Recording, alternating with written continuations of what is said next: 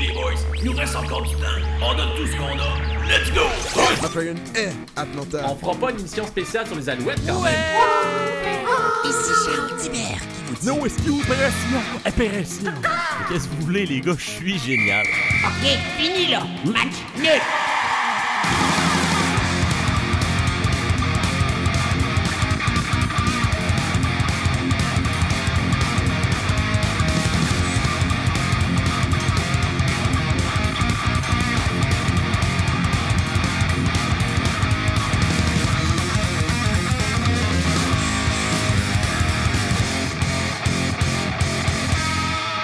What's up les nuls et bienvenue au Match Nul, le meilleur balado sportif que personne n'écoute. Oh oui, et aujourd'hui c'est l'heure de dire... Yes. C'est l'heure de dire au revoir à 2020 avec notre fameux gala Les Nuls y pris. Ouais! Mais avant de commencer, on va accueillir comme il se doit notre jury. David, comment ça va? Ça va super bien, toi, Guillaume? Et ça va très bien. Et il se joint aussi à notre épisode Maxime. Et ça fait quoi, 4 en ligne, là? Je pense que c'est un record. Non, parce que t'as été quand même un régulier aussi, là, mais c'est ça. À cette heure, Blague, Chris. Ah, excuse-moi. OK, mais sinon, comment ça s'est passé votre semaine sportive, les gars? Écoute, quand l'épisode va sortir, ça va être un peu des vieilles nouvelles, mais c'est arrivé il y a pas longtemps. Ils ont annoncé le combat entre Mayweather et Logan Paul, ce que je trouve absolument stupide, parce que Mayweather, c'est un boxeur légendaire que, tu sais, il a jamais perdu, qui va se battre contre un YouTuber qui a un combat professionnel qui a perdu. Tu sais, il y a plein d'autres boxeurs qui mériteraient de se battre contre lui, style. Mike Tyson vient de se rebattre. Faites un combat contre ça va pogner autant, sinon plus. Non, tu mets contre un calice de YouTuber. Il est en forme, Logan Paul, je veux pas y enlever ça, mais tabarnak. Excusez. Money. C'est justement une fête à l'argent, c'est une fête pour du clout, mais moi je trouve ça stupide. Je trouve que c'est pas mérité pour Logan Paul. Là. D'accord. En tout cas, voilà, ça m'a fâché quand j'ai vu ça. Et toi, ta semaine Je sportive... vais l'écouter anyway. On va tout écouter pareil. Ben ouais. Et toi, ta semaine sportive, David? Gros Grand Prix en fin de semaine. Oui, Grosse première victoire de Sergio Perez après 190 Grands Prix. Grosse déception pour George Russell, par contre. Est-ce qu'on a eu la preuve que l'auto fait le pilote? Non. C'est les non, petits George stops qui fait le Russell pilote. reste un excellent pilote. Ben, J'aurais mis peut-être genre Latifi ou Giovinazzi dans le véhicule. Ça n'aurait probablement pas eu le même résultat. Là. je sais pas, moi, il était premier tout le long, c'est parce qu'ils ont fuck off dans les puits, puis en tout cas, en tout cas, je dis ça, je dis rien, là, mais moi, mais moi il a quand même dominé Bottas. Ouais, mais Bottas, c'est Bottas, là. C'est ça, il est mort. Ouais, mais il était quand même aussi dans la voiture de Hamilton. Mais en tout cas, bref. Sinon, moi, ma semaine sportive, merci de demander. Les gars, j'ai toujours dans la grande écriture et la production de Wong Fei-hung, la légende, le spécial de Noël. Là, ça s'en vient très, très bientôt, dans moins d'une semaine. Ça va être excellent, ça va révolutionner. Déjà, ben oui. Hein? Je sais que j'en parle depuis 3 mois, mais là, ça s'en vient pour de vrai. Et sinon, cette semaine, je me suis surpris à écouter sur The Zone une compétition de Counter-Strike. Oh ouais, c'est cool. C'est vraiment cool. C'est fun. CSGO professionnel, c'est fucking nice à regarder. Maman, je suis désolé de dire ça, là, mais j'ai regardé ça une couple de fois pendant mes cours au cégep. Là. C'est que c'était bon. Il y avait des live streams de ça, puis quand ça popait, je l'écoutais en même temps que mon cours, puis c'est tellement bon. Ben, tu vois, moi j'ai écouté le match de la médaille d'or des Jeux olympiques de Russie. En tout cas, la médaille d'or, le Canada a gagné des filles pendant un de mes cours à l'université. Puis ça, c'était lui qu'ils ont gagné en prolongation puis qui avait scoré à genre dernière seconde. Là, ça, c'était malade. Là. Donc, voilà. Alors, on est rendu maintenant déjà au gala des nuls y pris. Ben oui, déjà. Oh yes! Et, déjà la fin de l'année. Ben oui, déjà la fin de l'année. Je vous rappelle... Je vous rappelle comment ça fonctionne, notre gala. Chacun d'entre nous, on a pensé à une nomination pour une catégorie. D'accord? On a 11 catégories en tout de prix. On va débattre entre nous pour choisir laquelle des deux on va garder au final, puis ça va être voté par vous, les nuls, sur notre Facebook durant le temps des fêtes. C'est très simple, hein? Et on a notre ami Ben qui est là aussi, mais qui est là juste grâce à mon clavier, à ma machine à pète. Donc, dès que je vais cliquer, il va pouvoir parler et discuter avec nous, mais sinon, ça va juste être ça. On va commencer tout de suite par la magie, exactement. On va commencer par notre premier prix, la nouvelle sportive de l'année. L'an passé, Thierry Henry, entraîneur de l'Impact, avait gagné. Et cette année, on y va avec nos nominés. Ben, vas-y. Salut à tous, ici le génial Ben, votre chroniqueur match nul préféré. Donc, la nouvelle sportive de l'année, selon moi, c'est l'achat de la XFL par Dwayne The Rock Johnson et ses associés.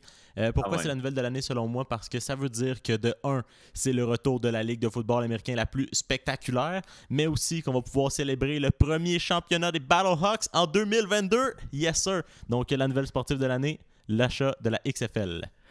Oui, alors l'achat de la XFL, de mon côté, moi, ça serait plutôt, je sais pas si vous avez remarqué, mais le tour du chapeau de Cole Caulfield contre Penn State, je dois vous avouer que ça m'a marqué et je crois que c'est la nouvelle sportive de l'année.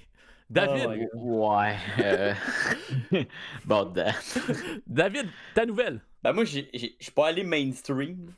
C'est-à-dire que j'ai pris la grosse nouvelle de l'année. C'est-à-dire le shutdown du 11 mars, quand toutes les ligues en Amérique du Nord ont décidé d'arrêter en même temps. Okay. Je pense qu'on peut pas avoir une autre plus grosse nouvelle de l'année que celle-là. Ben, je te dirais que celle de Cole Caulfield, c'est quand même quelque chose. Il a fait 3 buts quand même, hein? Ben, tu sais, si on regarde ça, les deux ont fait le front page du RDS.ca, donc... Oui. Rendu là. Effectivement, c'est big. Et toi, Max? Ma nouvelle, je pense, c'est sincèrement la plus grosse affaire dans le monde du sport qui est arrivée cette année, c'est le décès de Maradona. En Amérique du Nord, c'est pas la plus grosse affaire parce que c'est pas le plus gros du sport, mais ailleurs dans le monde, surtout en Amérique du Sud, il est reconnu comme quasiment un demi-dieu. Là. Puis écoute, ils ont eu 3 jours de deuil national en Argentine. Ça a frappé le monde du sport d'un dent solide parce que personne s'y attendait. Ben, le gars, il avait eu je pense une opération au cerveau une semaine avant, whatever. T'sais, il était pas en bon état, puis que c'est plate qu'il est mort d'une crise du cœur, mais ça a quand même eu des très très grosses une grosse impact dans le monde au complet. Là. OK. Moi, c'est ça ma nouvelle. C'est un peu plus un peu moins le fun, mais. Ouais, c'est pas tant sportif, mais c'est correct. Ben, je savais pas que la mort c'était un sport, mais OK. Non, mais c'est un sportif. Ah, OK, c'est ça. C'est vrai, oui, c'est vrai. Le bon joueur de soccer, c'est vrai. OK, ouais. Alors... on se pensait pas, on fait juste parler de Mbappé. J'étais comme perdu, moi, là. Ouais, la signature d'Mbappé à Montréal. Alors, c'est l'année prochaine. Quels sont nos deux... les deux qu'on prend pour nominer? Moi, je dois avouer que j'aime bien la XFL. La XFL, c'est solide. Bon, d'accord. Alors, on conserve la XFL. Et l'autre... Moi, je suis pas pour vous, mais je crois que le COVID mérite pas de prix. Fait que j'irais plus avec soit Cole Caulfield ou Maradona. Ben, c'est ça l'affaire, c'est que le COVID, ça a été comme étendu longtemps. Ça n'a pas nécessairement été une nouvelle. Quoique, toi, c'était le moment où ça a shut down. Ouais, c'est ça. Ouais. Le moment où ça a shut down. Mais effectivement, on en a assez parlé que. Ouais. Mais c'est que c'est revenu aussi après, tu sais. Mais tu sais, peut-être que Maradona va revenir, on sait pas. Je pense pas. Il est enterré. Tu sais, nos 3 nouvelles ont fait probablement le front page du RDS.ca. Oui. Si, il y a Kobe aussi qui est mort. Fuck. Too late. Ouais, mais Maradona, mondialement, c'est plus gros que Kobe. Mais Kobe, ça a frappé plus close to home, mais... Mais David, tu disais? Mais ça, dans le fond, nos 3 nouvelles ont probablement fait le front page du RDS.ca, mais laquelle a probablement eu le plus de clics? Probablement Cole Caulfield. Exactement. J'en suis convaincu. Donc, non, selon moi, mais non. Caulfield numéro 2. Non. Oh. Non. C'est sûr, je m'en vais du call tout de suite. OK. D'accord. On est un fucking tour de chapeau d'un joueur dans une ligue universitaire. C'est un calice. OK. On va être un podcast sportif professionnel. On va mettre Maradona.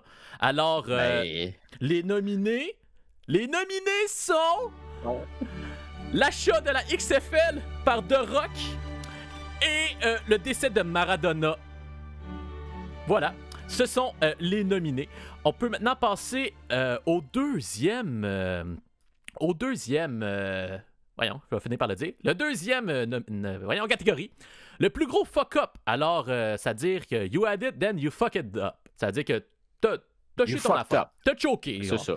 Et on va voir ce que Ben en pense. Pour moi, ça fait aucun doute que le plus gros fuck-up de l'année, c'est de la part de la balle de ping-pong des Maple Leafs pendant la loterie du repêchage. Et oui, Donc, elle est passée si près du but avant d'être devancée par la balle des Rangers. You had Lafrenière, then you fucked up. C'est une façon de voir les choses. De mon côté, moi, j'ai été avec Justin Turner, qui est retiré au beau milieu du match pour la COVID. Donc voilà, ça c'était correct. Mais qui revient après pour célébrer sur la World Series sur le terrain. Donc ça, pour moi, c'est un gros fuck-up qu'il y a eu. David, de ton côté? Moi, j'ai décidé de prendre la gestion de crise de la MLB par rapport au COVID, en fond, entre l'association des joueurs puis la MLB, qui se sont juste pitchés à la balle, un après l'autre. On veut jouer, ouais, mais là, ouais, on veut jouer, ok, bon, donnez-nous un contrat, on va jouer, ah, ouais, mais là, puis ça s'est juste repitché à la balle pendant 2 semaines. Ok. Tu sais, un combat de millionnaires. Ouais, genre, c'est You ça. had it, then you fucked up. Ouais. Mais il y a eu la saison quand même. Il y a eu une saison, au moins. Il a fallu qu'il l'impose, là, en tout cas. Et toi, Maxime? Moi, c'est un peu une curveball. J'ai mis la CFL qui a annulé sa saison. Parce que c'est déjà une ligue de merde qui fait pas beaucoup d'argent. Puis là, tu viens de t'écrire encore plus dans la merde en annulant ta saison. Le petit peu de revenus que tu aurais pu avoir, tu l'as crissé au vidange. Fait que, ouais. Ouais, mais tu sais, si le gouvernement leur avait passé l'argent. Ben oui, il y avait juste besoin de Ben, 50... c'est pas, il y avait juste c'est pas besoin de juste 50 ça, c'est millions. que le reste des autres là, il a dit on postpone. Eux, ils ont dit fuck it, on annule. Voilà. Non, mais t'es rendu là. C'était rien 150 millions de prêts. Là. On est à 330 milliards de déficit. Ouais. 150 millions de plus. La Ligue nord-américaine aussi a annulé sa saison. Hein? C'est pas à négliger. Alors, donc, moi, je dois en éliminer un tout de suite. La balle de ping-pong, c'est bien comique, mais c'est pas quelque chose de tangible. Mais Je oui, pense les pas Maple Leafs, ils en ont pas besoin de Lafrenière. Là. Ils ont des bons joueurs. Ça commence à être une bonne équipe. C'est encore drôle. Non, mais c'est une bonne. Ils ont toujours pas fait les séries quand même. Ben, ils ont quand même des bons joueurs déjà. Ils ont... Non, Un bon prospect, c'est bon pour n'importe quelle équipe, mais c'est pas l'équipe qui en a le plus besoin. Non, les Maple Leafs sont très bons durant la saison. C'est les séries qui ont encore un peu de misère ou est-ce qu'il faut jouer plus défensif. C'est là que qu'ils vont avoir plus de misère. Donc, il nous en reste seulement un à éliminer. La gestion de crise de la MLB par rapport à la COVID. On a l'animation de la CFL et on a Justin Turner retiré du match puis qui revient après pour célébrer. Alors, lequel qu'on élimine? Turner, c'est un automatique. C'est un automatique? D'accord. Un automatique. D'accord. Je vais le mettre en gras dans mon document. Alors. Vu qu'on veut pas avoir deux qui jouaient pareil, ben moi je dirais Turner et la CFL. Et la CFL? D'accord. Ou LCF pour les puristes francophones. C'est vrai. Qui nous écoutent, c'est-à-dire au nombre de 3. Puis il faut dire aussi que expliquer tout comment ça s'est passé dans la MLB, ce sera un peu compliqué dans un post Facebook. Donc je pense que ça va être plus simple juste mettre la CFL. Donc... On trouve bien du trouble de même. Oui, et je vous rappelle l'an passé, lui qui avait gagné, c'était Tampa Bay contre Columbus. Qui avait connu sa meilleure saison et qui avait perdu contre les Blue Jackets en 4 matchs. Ah, c'était beau, ça. Qui a fait le record en plus. Série que j'avais callé d'ailleurs. En tout cas, bref. Bon. 3e catégorie, le hashtag What the fuck les refs. D'accord? L'an passé, c'était le fameux pass interference des Saints contre les Rams. Et cette année, il est nominé. Ben, c'est à toi, vas-y. Certains disent que 2020, c'est une année un peu sombre, mais pour moi, c'est plutôt l'année de l'illumination. Enfin, certains se sont réveillés et ont vu clair dans le petit jeu du gouvernement. Donc, les gens sont tannés d'être des moutons, mais à Détroit, les gens sont aussi tannés d'être des lions, mesdames et messieurs. Et oui, la plus grosse conspiration de tous, et depuis longtemps, c'est celle des arbitres contre les Lions de Détroit. Et je pense qu'en 2020, l'année de l'illumination, il est temps qu'on se réveille. Donc, je mets en nomination tout le corps arbitral de la NFL pour conspiration contre les Lions. Et si vous voulez que ce soit un peu plus spécifique, ben, je vais laisser l'honneur à Guillaume de choisir la pire décision de l'année des arbitres contre les Lions. Bref, réveillez-vous!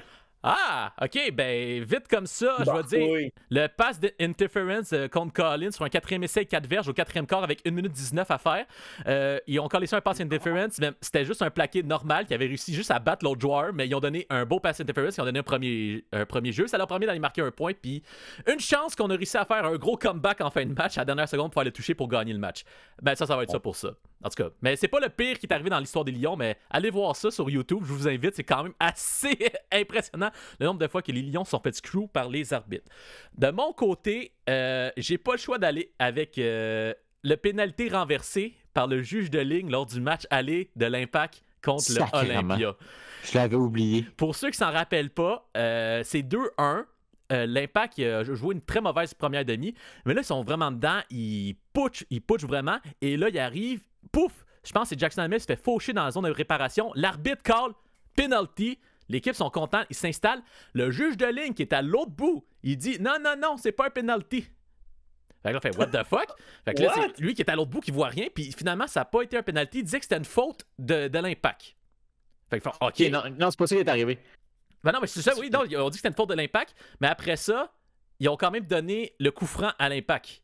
Non, il a donné un corner. Un corner, c'est ça.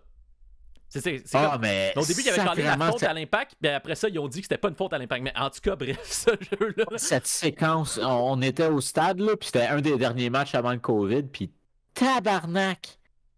Oh, c'était pas beau, là. J'ai rarement été aussi fâché après un ref. En plus, Tyder qui avait scoré un des plus beaux buts que j'ai jamais vu, là, la demi-volée avec son pied gauche à genre 40 verges, là. Ouais. J'avais chié à terre. Puis là, que notre cutback se fasse chier par un esti de ref péruvien, là, hostie. Là, ça vient nous jouer contre nous parce qu'en ce moment, on va avoir le match qui va jouer le 15 décembre. Et là, on perd 2-1. Fait que ça, on aurait pu être 2-2. Mais le nombre de fois qu'on se fait screw par les arbitres, l'Impact aussi, ils se font screw souvent par les arbitres. Mais ça, c'est une autre histoire. David. Souvent, tu dis. Moi, je suis allé un peu dans la même ligne que Ben, mais moi, les complots envers Détroit, je crois pas à ça. Pour moi, c'était le corps arbitral de la NFL au grand complet. Oh, OK. Malgré les reprises vidéo, les reprises vidéo et les reprises vidéo, on trouve le moyen de fuck up des matchs over and over again. Ça m'énerve. D'accord. C'est bon, OK. Et Max? Moi, j'ai mis la super séquence en série entre New York FC puis Orlando lors de la séance de penalty. Ah, la penalty, oui. Ah, c'était incroyable. Fait que juste un petit reminder, qu'est-ce qui est arrivé? Il y a le gardien de Orlando, Pedro Gallici, qui s'est fait montrer qui a eu un deuxième carton jaune dans le fond. Parce qu'en MLS, ils ont encore les règles de l'année passée pour dans le fond, les règles de la FIFA. Ou est-ce que si un gardien step off de sa ligne pendant un penalty avant que le kick soit fait, c'est un jaune automatique. Là, maintenant, c'est rendu un avertissement. Puis s'il le refait encore là, c'est un jaune. Mais là, vu que c'est en genre les règles, il y a eu un deuxième jaune, fait qu'il est expulsé. Fait que là, Orlando fait rentrer leur gardien backup. Mais Orlando fait tous ses changements. Mais le gardien est en train de se préparer dans l'ana. Fait que là, il dit non, tu sors. Fait que là, il a fallu qu'il fasse jouer un défenseur comme gardien. Mais en tout cas, c'était une super belle séquence. Mais les refs, il n'y avait aucune idée de ce qui se passait. Ça a dû prendre 15 minutes. Tout le monde était perdu. Puis Orlando a quand même gagné le match. Le défenseur a fait les saves. C'était incroyable, belle séquence. Ça a marqué l'imaginaire de la MLS. Fait que les refs qui étaient carrément perdus. C'était un beau what the fuck. Donc, en gros, là, en ce moment, c'est soccer versus football. Pretty much. On peut en prendre un de chaque. C'est exactement. Donc, oui. Alors, lequel mérite vraiment un what the fuck les refs, selon vous? Est-ce qu'il y en a un qui pop plus? Impact et Lyon. Ouais, je suis d'accord de mettre le penalty de l'Impact parce que ça me fâche encore. Ah oui. Pour vrai, ça c'est. Ça m'étonne que tu l'avais pas pensé, Max, celui-là. J'ai eu un blanc, honnêtement. T'avais effacé ça de ta mémoire, là? Ben, tu vois, peut-être que c'est juste la mémoire sélective que ça me fâche tellement que mon cerveau a décidé de l'oublier. D'accord. Et l'autre, qu'est-ce qu'on prend? Hein? Qu'est-ce qu'on accepte? Est-ce qu'on prend le corps arbitral de la NFL? C'est un peu vague. Ça va être difficile de faire un gif avec ça. Très vague. Sinon, Il y a tellement de situations qu'on pourrait prendre. Sinon, on a la conspiration contre les Lions de Détroit avec l'exemple précis. Sinon, la séance de penalty de NFC Orlando qui était aussi assez bizarre. Moi, mon vote irait pour ça. Là, mais si vous voulez voter pour les Lions de Détroit, c'est comme vous voulez. On peut mettre les Lions. Comme ça, on a un soccer puis un... D'accord, on aime ça. Alors, les nominés... Ah, j'avais pas fait la musique pour l'autre. Bon, tant pis. Alors, les nominés sont le pénalité renversé par les juges de ligne lors du match aller de l'Impact contre l'Olympia et tout le corps arbitral pour conspiration contre les Lions de Détroit. Et on va maintenant aller avec la quatrième catégorie qui dit « Ça existe encore en 2020 ». Et Ben, qu'est-ce qui te fâche, toi, en 2020? Bon, là, ça a l'air que 2020, c'est l'année des Illuminés ou je sais pas quoi, là, mais je peux pas croire qu'il y a encore du monde qui pense que tout est arrangé. Hey, tu penses que le hockey est arrangé? Je sais pas si t'as vu Vladimir Poutine jouer au hockey, mais ça paraît quand quelque chose est arrangé. Non, moi, les conspirations sportives, je peux pas croire que ça existe encore en 2020. Ah! OK, conspiration sportive. De mon côté, avec toute l'industrie du politically correct, je ne comprends pas encore pourquoi les Indians de Cleveland existent encore dans leur nom actuel. Au moins, les Redskins ne sont plus. C'est déjà un. Ils ont changé leur logo. Ouais, Hein. au moins le chef Wahoo est plus là. Le chef Wahoo est plus là. Ça, c'est Mais déjà... c'est pas le Washington Football Team, quelque chose de même? Oui, mais moi, je parle des Indians de Cleveland. C'est leur nom. Ah, c'est ça, ouais. C'est straight out ça. C'est ça que je disais, mais au moins, il n'y a plus les Redskins, c'est déjà ça. Mais les Indians, ça aussi. Ben, les Blackhawks aussi, ça, c'est un autre. Ouais, mais ça, c'est plus le nom de tribu. Pour moi, j'ai moins de problème avec ça. C'est moins pire. C'est un peu moins pire. Il y a la face, mais en même temps, la face, c'est pas rouge. C'est la vraie couleur de peau, je veux dire. En tout cas, bref. Exact. En tout cas, bref, David. Moi, j'ai pris la LNH, dans le fond, les joueurs qui, comparativement aux autres ligues, la NFL et la NBA principalement, et aussi la MLS, les ligues se sont tenues, les joueurs se sont tenus, principalement avec le Black Lives Matter, là, les genoux au sol et tout. Et la LNH qui vit dans son monde parallèle de la vie est belle, les oiseaux chantent, le ciel est rose, qui est juste déconnecté par rapport à tout ça. Ouais, mais c'était écrit N racist là, sur la patinoire. Ouais. OK. Et toi, Max? Moi, c'est assez similaire aussi. J'ai mis le racisme dans le sport. Il y a encore des exemples de joueurs qui se font. Des joueurs noirs qui se font gueuler des cris de singe, des affaires de même, ou justement, il n'y a pas longtemps en Ligue des Champions, dans le match de PSG contre Bruges, où est-ce qu'il y a un des refs qui a fait un commentaire raciste, que c'était probablement plus un malentendu que d'autres choses. Mais quand même, que ça arrive encore, ça n'a pas sa place. C'est fou que c'est encore des nouvelles. Là. Ouais. Moi, Je pense qu'on est d'accord. Je pense que ça peut être notre élément. On peut l'emmener tout de suite. Puis ça regroupe en même temps ce que tu dis, David, là, sauf sans être moins précis de la LNH directement. Ouais. Sinon, entre conspiration sportive et les Indians de Cleveland, qu'est-ce qui est? Indian, ça rentre quand même dans nous aussi. Là, fait qu'on peut juste mettre les conspirations. Là. Conspiration sportive avec Charles Divers. Charles Divers. L'an passé, c'était l'absence de ligue professionnelle féminine dans le monde du sport. Faut croire que cette trend-là aussi a continué en 2020 parce qu'il n'y en a toujours pas vraiment. Numéro 5, le moment match nul de notre podcast qui a défini l'année. Ouh là là, hein? C'est assez précis. Allons voir ce que Ben en pense. Le 26 octobre 2020, c'est la sortie de Match Nul, épisode 49, Canadien de Montréal et spécial Halloween. Un épisode très spécial puisque non seulement les mots Canadien et Montréal étaient dans le titre de l'épisode Match Nul, mais c'est aussi le premier épisode d'Alexandra qui est devenue la première chroniqueuse à Match Nul. Donc je mets en nomination Alexandra. OK. Quand même. Moi, j'en avais beaucoup, OK? J'en avais beaucoup, là, des moments qui ont défini l'année. J'aurais pu aller avec le spécial Noël de Wang Fei-Hong, mais ça serait un peu dur de le mettre parce que, tu sais, on l'a pas encore écouté. C'est ça, on l'a pas encore entendu, fait que ça serait dur de le mettre. Sinon, j'avais l'épisode du faux départ de Ben, mais là, en même temps, je dis, j'en ai trouvé un meilleur. Et moi, c'était la fois où est-ce qu'on a brisé l'Internet en tweetant live 2 matchs, c'est-à-dire le Canadien et l'Impact de Montréal. Et malheureusement, ça a été les derniers matchs de ces 2 franchises-là avant la pandémie. Fait que je crois que ma bad, mais un coup de pas de match nul, on s'excuse d'avoir fait annuler le sport. Donc, c'est ça pour nous. David, toi, c'est quoi le moment qui a défini l'année? Moi, c'est le dernier épisode qu'on a fait avant de tomber en pause de 3 mois. Le tier list! le fameux tier list de GOAT qui a duré 2h30. Où j'ai mal filé pendant 2 jours. C'était fait de la chicane. C'était à l'envers. Maxime voulait vraiment avoir des joueurs de soccer en haut.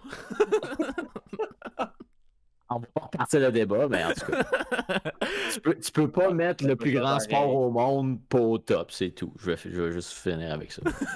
Max, toi?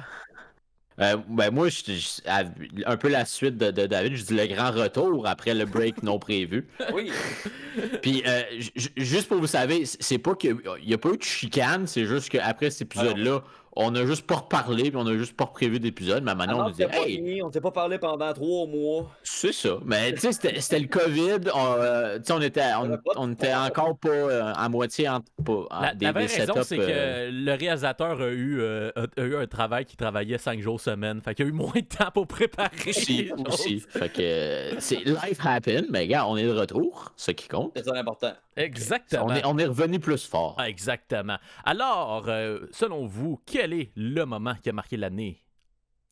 Moi, je mettrais l'ajout d'Alexandra. Parce que c'est Ouais, la je suis première d'accord. voix féminine qu'on a eue. Malheureusement, elle n'est pas là, puis elle va être gênée, puis je vais mettre sa face. On va devoir voter pour elle, ça va être drôle.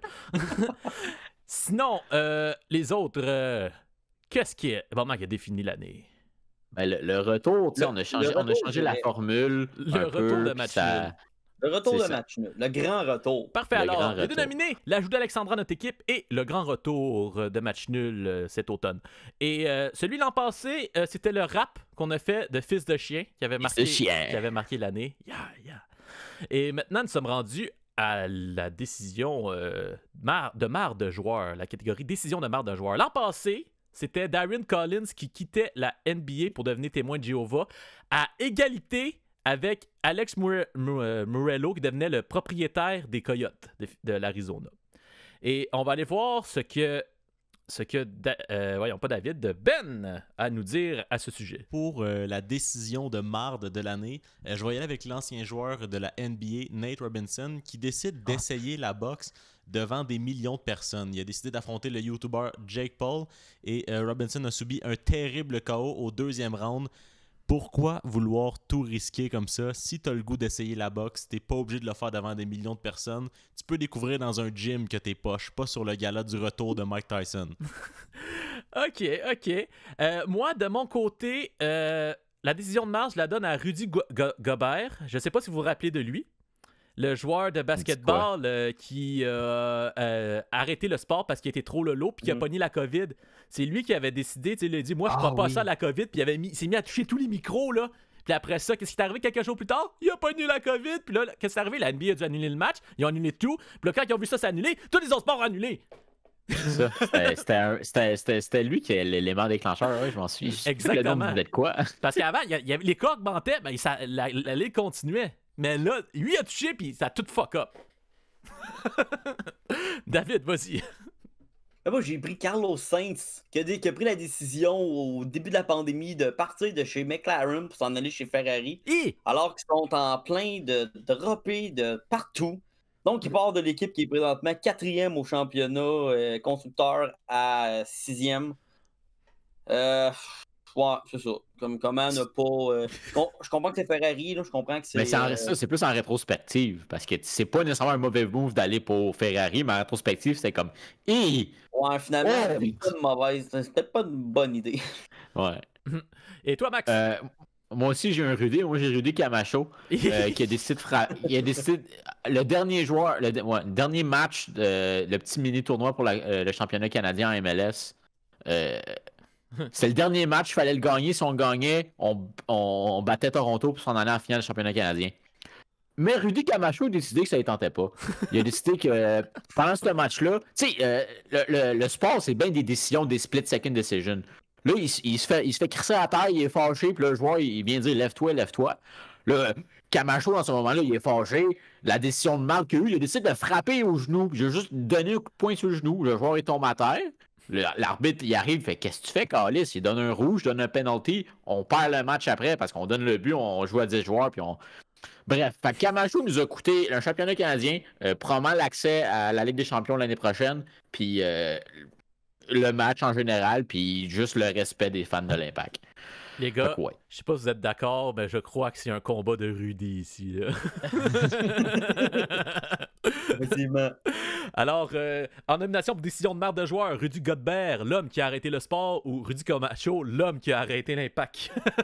Camacho. Ça me fait penser, petite anecdote. Est-ce que vous avez vu l'image que les gens ont fait avec le logo de la NBA, puis Nate Robinson par terre, knockout? Non. Non, mais je suis comme curieux. On ira voir ça. Sinon, le move le plus cave d'une équipe sportive. Et on va aller voir ce que Ben a à nous dire là-dessus. Pendant la saison morte de la NFL, les Texans de Houston, qui avaient fini premier dans la division AFC Sud avec une fiche de 10 victoires et 6 défaites, décident d'échanger leur receveur étoile DeAndre Hopkins contre Ben, pas grand-chose finalement. Depuis, les Texans ont comme par hasard une fiche de 4 victoires et 8 défaites. DeAndre Hopkins connaît une autre saison spectaculaire, ayant été notamment complice d'un incroyable Hail Mary avec son nouveau corps arrière, Kyler Murray. Et en plus, les Texans doivent subir les roasts constants de Hopkins sur Twitter. Un move très cave, très cave. Et je pense que s'il y avait aussi une catégorie pour bonne décision, j'aurais probablement mis les Texans qui ont récemment congédié leur coach / DG Bill O'Brien. On se demande pas pourquoi. De mon côté, j'ai mis l'équipe de Ben, les Broncos de Denver, pour avoir joué un match sans corps arrière. Parce qu'il y avait soit un test positif à la COVID, fait qu'ils ont tout mis de côté pour un match, fait qu'il a dû avoir un receveur de leur équipe de réserve qui est détenu le corps arrière. En tout cas, bref, c'était dégueulasse. Alors, David, toi, qu'est-ce que tu nomines? Moi, j'ai mis les Blackhawks de Chicago qui ont décidé d'envoyer une lettre à leurs partisans disant on est en reconstruction. Sans que les joueurs soient nécessairement au courant. Donc, on a vu en fond les Taze, les Kane sortir et faire comme c'est quoi cette affaire-là? Ouais, mais je sais que les Rangers l'avaient fait puis ça va mieux passer. Je sais pas. Ouais, mais eux, on pouvait s'en douter. Les Blackhawks sont derniers puis un bout dans ce cas. Bref. Max! Ouais, mais tu sais, au moins avertis tes joueurs, tu sais. Moi, j'ai mis Arsenal qui bench Mesut Özil, qui est un milieu allemand qui joue pour eux.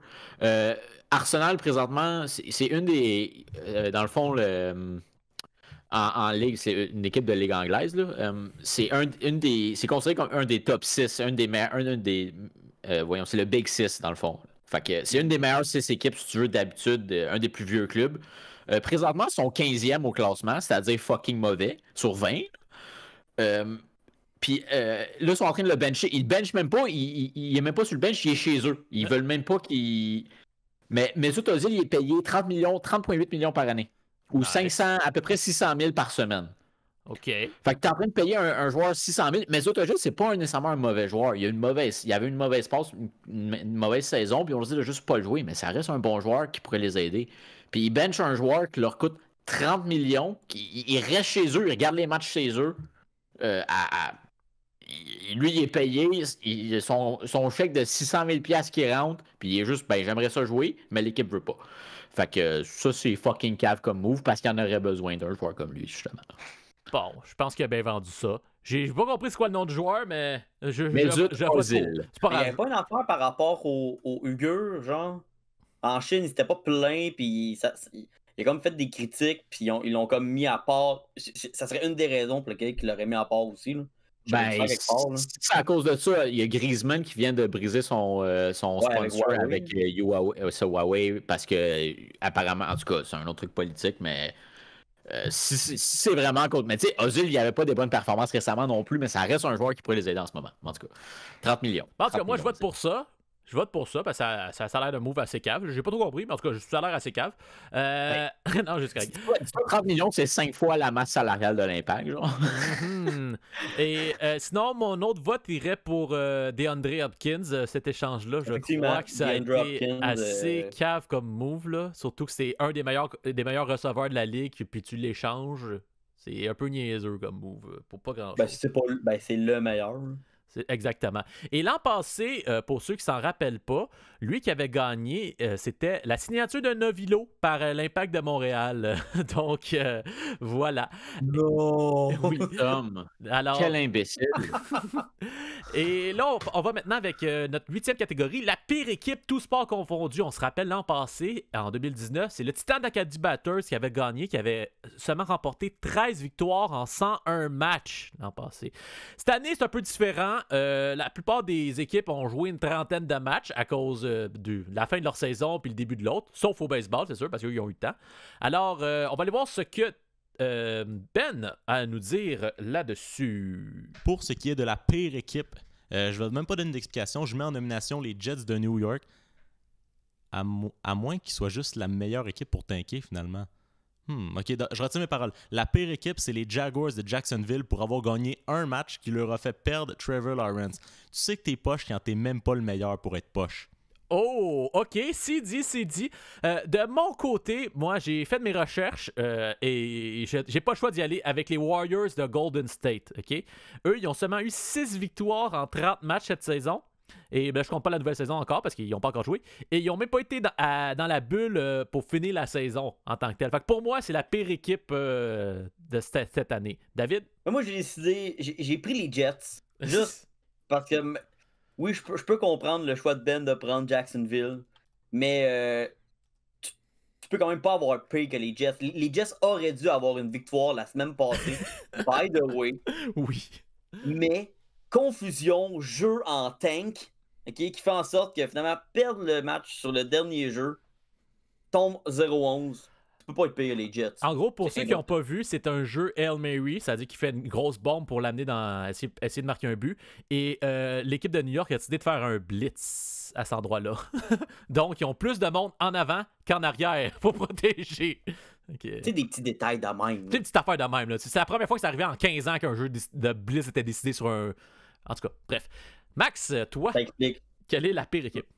Je pense que j'avais mieux l'année passée aussi, mais j'ai remis encore FC Cincinnati, cette équipe de merde. Je pense que l'année passée, ils étaient derniers. Ils sont encore derniers en MLS cette année, avec un fabuleux 16 points en 23 matchs.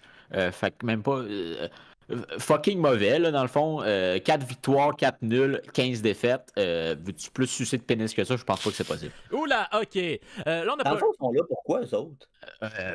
Remplir l'association de l'Est puis faire gagner des matchs. Mais c'est drôle parce que l'année passée, il avait gagné comme 2 matchs puis c'était contre l'Impact. Mailleul aussi, mais... C'est comme les Red Wings, hein? Ils ont 17 victoires puis 4 de ces victoires-là, c'était contre le Canadien. Alors... Les clubs de Montréal, on est vraiment mauvais contre les mauvais clubs. Oui, exactement. Moi, les Jets, on n'a pas le choix. Là. C'est terrible, cette organisation. Tu peux pas passer à côté. Là. Exactement. C'est tellement ridicule. L'autre, le deuxième, là, qui ça? Là? On peut éliminer les Jaguars. Il y a les Warriors ou les Cincinnati. Oh, mais Warriors, ils n'ont pas fait exprès. Il me semble que Steph Curry a manqué, genre. Non, tout le monde était blessé. Tout le monde était blessé quand même, mais ça reste qu'ils ont juste gagné 6 matchs en 30 matchs.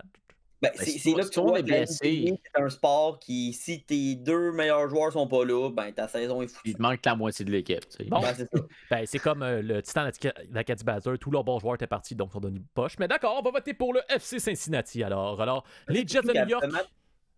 Oui. C'est ça, surtout que, à Star, tous les nouveaux. Dans le fond, toutes les nouvelles équipes en MLS mettent du cash, vont chercher des joueurs, puis t'as juste Cincinnati qui est là comme quasiment le parent pauvre. On a une équipe, mais on n'a pas un crise de jeu. Exactement. Et donc, ils font dur. Le FC Cincinnati contre les Jets de New York. Fils de chien 2020. Et on va voir ce que Ben en pense. Les amateurs de hockey canadiens savent qu'une grosse rivalité existe entre les Flames de Calgary et les Oilers d'Edmonton. Et cette année, il y a 2 joueurs qui n'ont pas cessé d'alimenter cette rivalité. Il s'agit de Matthew Tkachuk et Zach Cation qui se sont échangé des vilains coups à plusieurs reprises pendant la saison. Les 2 joueurs sont des pestes et il aurait pu être fils de chien 2020. Mais Zach Cation a selon moi out fils de chien Tkachuk. Après une mise en échec vicieuse de Tkachuk, Cation s'est rué sur lui. Il l'a frappé à multiples reprises alors que Matthew Tkachuk ne répliquait même pas. Et Cation a continué de le frapper alors que Tkachuk était au sol. Ensuite, en entrevue, il a dit qu'il ne regrettait pas ça et qu'il recommencerait n'importe quand. Donc, selon moi, c'est assez fils de chien. Et mon fils de chien 2020, c'est Zach Cation. Alors, d'accord, moi de mon côté, j'ai mis Randy Ambrosie. Là, vous allez me dire, mais qui est ce Randy Ambrosie? Bien, c'est le commissaire. C'est le commissaire de la Ligue canadienne de football qui lui a été trop gourmand et il a demandé beaucoup trop d'argent pour le gouvernement canadien pour repartir la saison. Puis d'après moi, il a demandé plus d'argent que nécessaire parce qu'il voulait juste avoir de l'argent pour sauver sa ligue. Et vu qu'il a dû annuler la saison, il a suggéré aux joueurs de tout simplement trouver une job en attendant. Il aurait peut-être pu essayer de pas avoir une ligue de marde aussi. Ouais, mais il est critiqué par tout le monde, Randy Ambrosie. Là. Ça pas de sens, c'est clair. Non, je parle pas juste à cause de ça, mais juste depuis qu'il est là. En tout cas, c'est la même chose. Et toi, David? Moi, j'ai ramené Rudy Gobert. Rudy Gobert? Parce que ça reste qu'il est français. Là. Je sais pas pourquoi je prononce à l'anglophone. Là. Mais juste parce que, dans le fond, c'était lui le premier cas qui a tout pris à la légère, qui niaisait. C'est le fun, on rit, c'est le fun. C'est amusant, puis finalement, c'est lui le premier cas, puis c'est de sa faute. C'est lui le premier complotiste. C'est lui le premier covidio. Donc, j'ai pris Rudy Gobert. OK. Max? Je vais être honnête, j'ai eu bien de la misère à en trouver un. Fait que j'ai juste default à un joueur du Toronto puis j'ai mis Michael Bradley. Parce qu'en plus, il a perdu son statut de DP. Fait que c'est rendu juste un time player. Fait Mais que t'es c'est pas- juste chaud, tu fais moins d'argent. Fait que fuck you. Mais t'aurais pu le prendre pour. C'est pas lui. C'est pas lui que quand il avait joué contre l'Impact, tous les joueurs s'étaient mis à genoux. Sauf lui. Si, ben justement, fils de chien. Lui, il a décidé de pas soutenir le mouvement justement Black Lives Matter quand c'était le temps, puis de... Fait que, voilà, la bonne raison. Fuck you, Bradley. Bon, moi, je mettrais... Petit caillou. Je mettrais Rudy Godbert. Ouais, je suis d'accord. Parce que lui... Ben, on l'a déjà nominé. Il le mérite une autre fois, je pense. il le mérite une autre fois. Il le mérite quand même. Et le deuxième, qu'est-ce qu'on a? On a Randy Ambrosie, on a Zach Cation et Michael Bradley. On peut mettre le commissaire de la NFL qui a fucké la ligue au complet. Là. D'accord, parfait. Alors, Ambrose, je pense que c'est un autre choix. Randy... Tu sais, aller dire aux joueurs de ta ligue qui gagnent déjà pas une tonne d'argent pour jouer dans ta ligue, ben allez juste... Travailler au Subway, ah ouais. L'an passé, c'était Myles Garrett. Je sais pas si vous vous rappelez de lui. C'est lui qui avait pris son casque pour frapper un autre joueur sa tête avec. Et voilà. Là, Il n'y avait pas lui qui avait battu sa femme aussi. Non, ça se peut, on sait plus. Là, ils battent toute leur famille. On sait plus, il y en a tellement. Ah, mais Ben l'avait supporté aussi, là. On devrait demander à Ben. Alors, ça, c'était Kareem Hunt, là. Mais ça, c'est différent. C'est ça. Alors, on est maintenant rendu à la catégorie sportive de l'année. Et on va entendre ce que Ben a à nous dire sur ça. C'est notre catégorie sérieuse, hein, qu'on se le dise. Pour la sportive de l'année, je veux mettre en nomination Kim Heng, qui est devenue DG des Marlins de Miami. Elle est la première femme DG d'une équipe de sport des grandes ligues nord-américaines. Donc, c'est un très grand pas pour le monde du sport et ça mérite un prix. De mon côté, moi, je mets Kim Clavel. C'est qui Kim Clavel? C'est la boxeuse, pas Marie-Ève Dicker, l'autre. Elle a gagné son seul combat qu'elle a eu cette année. Et en plus, on pourrait dire que c'est la Nora Duvernay version tardive parce qu'elle, c'est une infirmière dans la vie puis elle a décidé d'aller battre le front le COVID dans un hôpital. Donc, c'est propre. Malheureusement, elle n'a pas autant le fame que Laurent Duvernay-Tardif qui peut recevoir l'athlète de l'année en seulement ayant joué 3 matchs. Et donc, ça, c'est autre chose. Finalement, c'était égal avec c'était Davies puis lui qui l'ont reçu. Ouais, non, c'est ça. Mais ça me ferait quand même. Alors, David, ta sportive de l'année. Moi, j'ai pris Brianna Stewart, qui a été nommée la MVP de l'année 2020 de la WNBA, puis qui s'est prononcée contre le racisme et pour l'égalité des femmes, et qui a été nommée aussi une des Sports Person of the Year du magazine Sports Illustrated. OK. Et toi, Max? J'avais Kim Clavel aussi. T'avais Kim Clavel aussi. Bon, donc c'est le même argumentaire que moi. Donc, est-ce que ça fait que Kim Clavel se qualifie automatiquement? On a déjà la moitié des votes. Je suis d'accord. Bon, ben, let's go, Kim Clavel. Ah ouais, ça prend du Québec là-dedans. Et notre deuxième, celle qui a brisé les frontières en étant une DG ou celle qui a brisé les frontières en étant une femme qui fait du sport? La femme DG? Mais c'est une sportive, c'est plus. Elle fait de l'administration, c'est ça l'affaire. C'est dans le sport, mais on va-tu pour l'athlète ou pour le. C'est ça l'affaire, la distinction à faire. Parce que qu'est-ce qu'elle a fait, c'est incroyable, puis tu sais, props à elle, mais il faut faire la distinction quand même. Ben, je crois que vu que ça a quand même rapport au sport, sans nécessairement être. Absolument, puis je suis d'accord, puis c'est une première aussi. Mais c'est de faire la distinction là, c'est pour ça. Mais moi, les deux, j'ai aucun problème avec les deux. Fait que. Kim Heng, let's go. Kim Heng. Alors, l'an passé, on se rappelle, c'était Bianca Andreescu qui avait gagné le prix. Et là, on s'en arrive avec la dernière catégorie, la catégorie maître des nulli-prix, le match nul de l'année. L'an passé, on s'en rappelle, c'est le 3-3 de l'Impact contre le FC Dallas qui avait mené au congédiement de Rémi Garde. Match d'ailleurs qu'on avait de live tweeté aussi. Faut croire qu'il faut arrêter de live tweeter des choses. Plein d'affaires. Et on menait 3-0, puis j'avais tweeté pendant le match, je dis hey, ça serait drôle qu'on ait un match nul. Fait que quand il y a eu le match nul à la fin, j'ai marqué yeah avec un point d'interrogation. Bref, c'était un excellent match, il s'est passé plein d'affaires. Et on va aller voir ce que Ben propose comme match nul de l'année. Mesdames et messieurs, qu'est-ce qui est plus nul qu'un match nul? Un combat de boxe nul. Et qu'est-ce qui est plus nul qu'un combat de boxe nul? Un combat de boxe nul arrangé. Et oui, certains auront deviné que je parle du combat entre Mike Tyson et Roy Jones Jr. Un combat dans lequel les deux combattants n'avaient pas le droit de se faire mal et qui, comme par hasard, se termine sans gagnant. Bien essayé, mais moi, j'y crois pas. Puis je suis content d'avoir gardé mon 50$ US. Mais quand même, deux légendes de la boxe qui se font voler la vedette par Jake Paul, ça mérite un prix. Donc, c'est mon match nul de l'année. OK. Et moi, de mon côté, c'est un match nul qui a un peu terminé en ce moment, mais qui a quand même duré pendant tout le mois de novembre. Ben, c'est les négociations entre la LNH et l'Association des joueurs pour le retour de la saison. Ça a été un long match nul. Il s'est rien passé. Puis même là, c'est même pas encore tout à fait réglé. Et pour moi, c'est le match nul de l'année. Toi, David? Moi, j'ai pris un des matchs de l'Impact en Ligue des Champions contre, dans le fond, l'Impact contre Saprissa. Au début de l'année, ils ont un 0-0 qui nous a permis d'avancer pour aller contre Olympia, si je me trompe pas. Malgré le fait que Saprissa avait eu possession du ballon 70% du temps, ils ont réussi à toffer pendant le match, faire un 0-0 et nous permettre d'avancer en prochaine ronde. Parce qu'un match 0-0, c'est juste long. C'est plate, mais c'est stressant, puis oh my god. Mais celle-là, j'ai pas le choix d'aller pour lui. Et toi, Maxime? Moi, j'ai remis le match NYC contre Orlando parce que c'est un match nul à la base qui a fini sur penalty. Puis juste le fuck-up qui est arrêté. C'est un match qui a quand même fini 3-3, fait que c'est quand même un bon match aussi. Qui a fini avec un crise de fiasco arbitral et aussi une très belle finale justement le défenseur, je ne sais plus son nom, qui a fait l'arrêt au penalty. C'était incroyable. OK. Je sais pas pour vous, mais moi, le combat entre Mike Tyson et Roy Jones, je crois que ça fait partie. Je suis d'accord. Il mérite sa nomination. Et le deuxième, moi, je me porterais vers les deux matchs de soccer. Je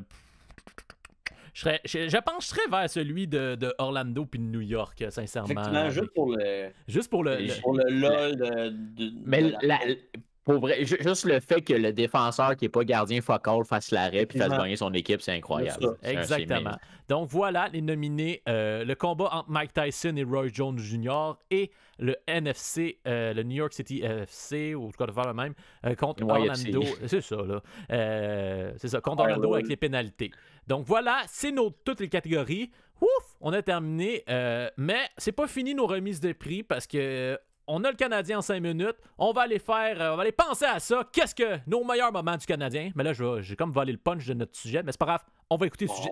On a besoin de faire 5 minutes, donc on va aller mettre le thème. Puis on va en rediscuter après. Ici, au match nul, on ose faire différent. Puis le Canadien là-dedans. Des sujets originaux qui couvrent tous les sports. Ouais, mais les Canadiens... On parle de ce qu'on ne parle pas ailleurs. Ah, fait que pas de Canadiens. Match nul, la balado. Mais ils vont aussi faire série. OK, on a compris. Voici enfin le segment où on parle des Canadiens de Montréal en 5 minutes. Analyse, débat, opinion, discussion, confrontation, gestion d'entrave, ligne ouverte, ligne fermée, ligne orange, alouette. Non, pas d'Alouette, ni d'Impact, juste les Canadiens de Montréal. Le Canadien en 5 minutes. C'est là. Oh oui! Canadien en 5 minutes pour une dernière fois cette année, ou peut-être pas, hein? On verra.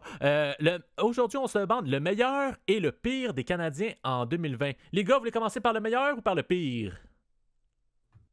On va finir avec le meilleur, je pense. J'ai rien compris. On commence par le pire. Alors, les gars, je sais pas pour vous, mais on en a parlé tantôt. Les Canadiens se sont fait blanchir par les Red Wings cette année, la pire équipe de la Ligue. Wesh! Maxime, commentaire. You suck. J'écoute pas le Canadien, je sais pas.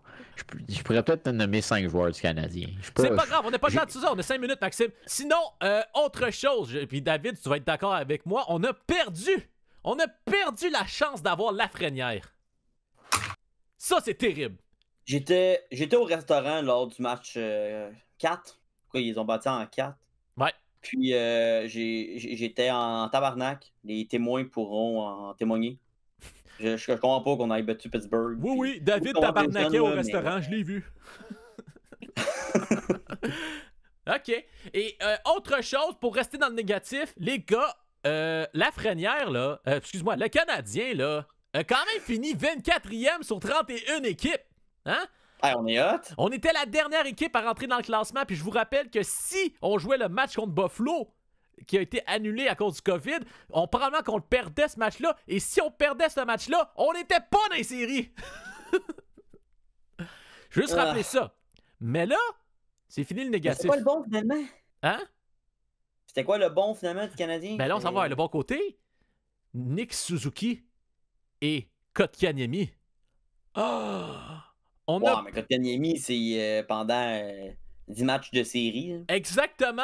L'espoir renaît. A New Hope. Hein? On est content? Je sais pas encore si c'est The New Hope ou The Force Awakens, on va voir. Si vous voulez mon opinion personnelle, je crois plus qu'on va être dans The Force Awakens. Ça veut dire que ça va être bon, mais après ça va donner de la merde. Mais faut une belle analogie Star Wars, tout ça pour dire que je crois que Suzuki, c'est un bon joueur, ça va être un très bon joueur. Keke, j'ai encore des points d'interrogation là-dessus. Autre chose aussi, les gars, puis Max, je veux ton opinion là-dessus. Les signatures des joueurs qu'on a fait. Oh, Chris. OK. Ben, j'essaie, hein, c'est fou, hein. Puis toi, David, peux-tu m'en parler un peu plus des joueurs qu'on a été chercher? Ben, on a été chercher Edmondson par voie de transaction, où que certains sont pas sûrs. C'est le côté positif. On verra bien. Ouais, je sais bien. C'est un peu dur de trouver du positif dans cette saison-là. On a signé, on a été chercher Josh Anderson. Un gros attaquant. Tyler Toffoli. Un gros attaquant. Un gros attaquant. On a aussi enfin un deuxième gardien de qualité. Ouais, effectivement. En espérant que les joueurs décident pas de se forcer devant lui, comme que Gallagher avait dit par rapport aux autres goalers qui ont eu. C'est quand même chiant, ça, qui a dit ça, là. Mais tu sais, oui, c'est des bonnes nouvelles, mais tant qu'on les verra pas sur la glace, on pourra pas juger. Là. Mais là, on va voir des super bonnes nouvelles, comment ils sont pourris, ils vont faire 2 buts, puis Anderson va se reblesser à l'épaule après 4 matchs. Et autre bonne nouvelle, on va avoir un petit match, une petite saison. Et qui dit petite saison, on dit pas longue saison. Et qui dit pas longue saison, ça veut dire que nos petits joueurs, ils n'auront pas le temps de s'épuiser. Puis Claude Julien n'aura pas le temps de rentrer dans la tête de Suzuki puis des jeunes recrues. Fait qu'on va être correct. Genre, Romanov va pas avoir le temps de se faire fucker, Suzuki non plus. Fait que ça va être parfait, ça, les gars. Là, quand tu dis qu'il n'aura pas le temps, ça veut dire qu'il va se faire congédier. Hein? Non, ça veut juste dire qu'il n'y aura pas le temps parce que le passe-temps, c'est à mi-saison après décembre que là, ça a fait. Il jette en dessous de l'autobus, tu comprends? Ah, ok. Ouais, effectivement, t'as raison. C'est ça. Puis là, à cette heure, maintenant, il n'y aura pas à faire ça. On va être safe. Fait qu'on va pouvoir se conduire. Puis là, on va pas pouvoir le congédier. Fait qu'on va pouvoir. Peut-être qu'on va congédier à moins que genre un autre gros entraîneur québécois arrive. Mais bref, que du positif. Max, d'après toi, le Canadien, en un mot, en 2020, résume-moi ça. Marde. OK. C'est maintenant l'heure du segment où on vous écoute. Vos questions, nos réponses, c'est maintenant. Alors, c'est pas compliqué. Vous voulez qu'on réponde à une question sur n'importe quoi, écrivez-nous à lematchdelacabassal@gmail.com ou sur Facebook. Et aujourd'hui, on a une question qui nous vient de Jules Zimmer de Champlain qui nous demande pour ou contre le free solo climbing aux Jeux Olympiques. OK, ça, je pense à une question qui vient un peu dans la veine de l'acceptation du breakdance aux Jeux Olympiques. Donc, pour ceux qui ne savent pas c'est quoi le free solo climbing, c'est un style d'escalade libre et en solitaire dans lequel le grimpeur utilise aucun système d'assurage, se fiant uniquement à sa capacité à ne jamais tomber. Merci Wikipédia. Alors, donc, on va survivre. À survivre, ouais. En gros, c'est que tu montes une montagne, mais t'as pas de safety. Outre la mort. Fait que c'est ouais, ça, tes mains puis le bon Dieu. Exactement. Donc, pour ou contre, ajoutez ça. Moi, honnêtement, j'ai écouté le documentaire de Alex Honnold qui a escaladé une des plus grosses parois à Yosemite. J'ai adoré le documentaire, mais avoir ça aux Olympiques, non. Parce que t'as le danger de mort. Ouais. Dans le kayak aussi. Voilà, tout est dit. Non, non, t'as pas ça dans le kayak. C'est jamais quand un pélican peut arriver à pleine vitesse puis te frapper. Ouais, mais les odds de ça sont très small.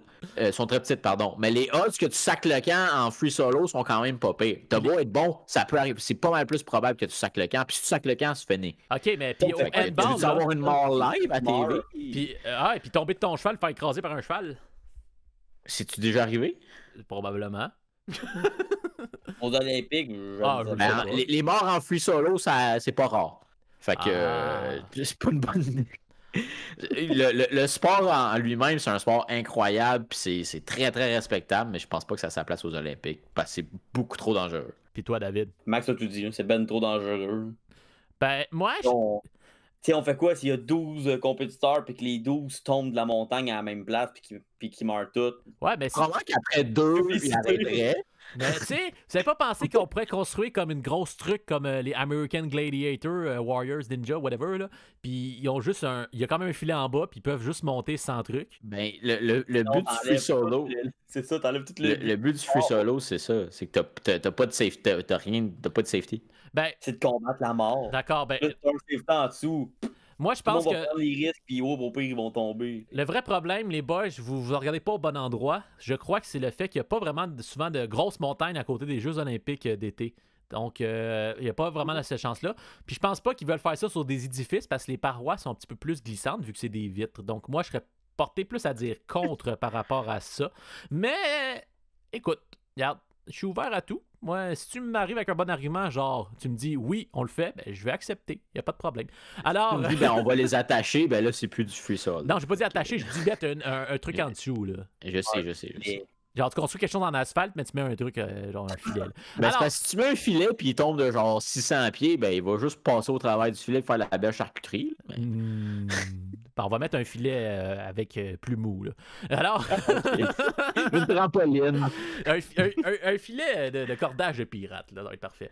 Alors, j'espère que ça répond à ta question, Jules. Et c'est déjà terminé pour l'épisode 56. C'est le dernier de l'année de Match Nul. Oui, on va vous revenir en début janvier. Ne manquez pas la semaine prochaine le spécial de Noël Wong Fei Hong qui va révolutionner ni plus ni moins le monde du podcast. Ouais. Et n'hésitez pas à vous abonner sur Twitter, iTunes, Spotify, YouTube, Facebook, MySpace pour ne rien manquer de notre contenu. Et on se revoit l'an prochain pour un nouvel épisode du Match Nul.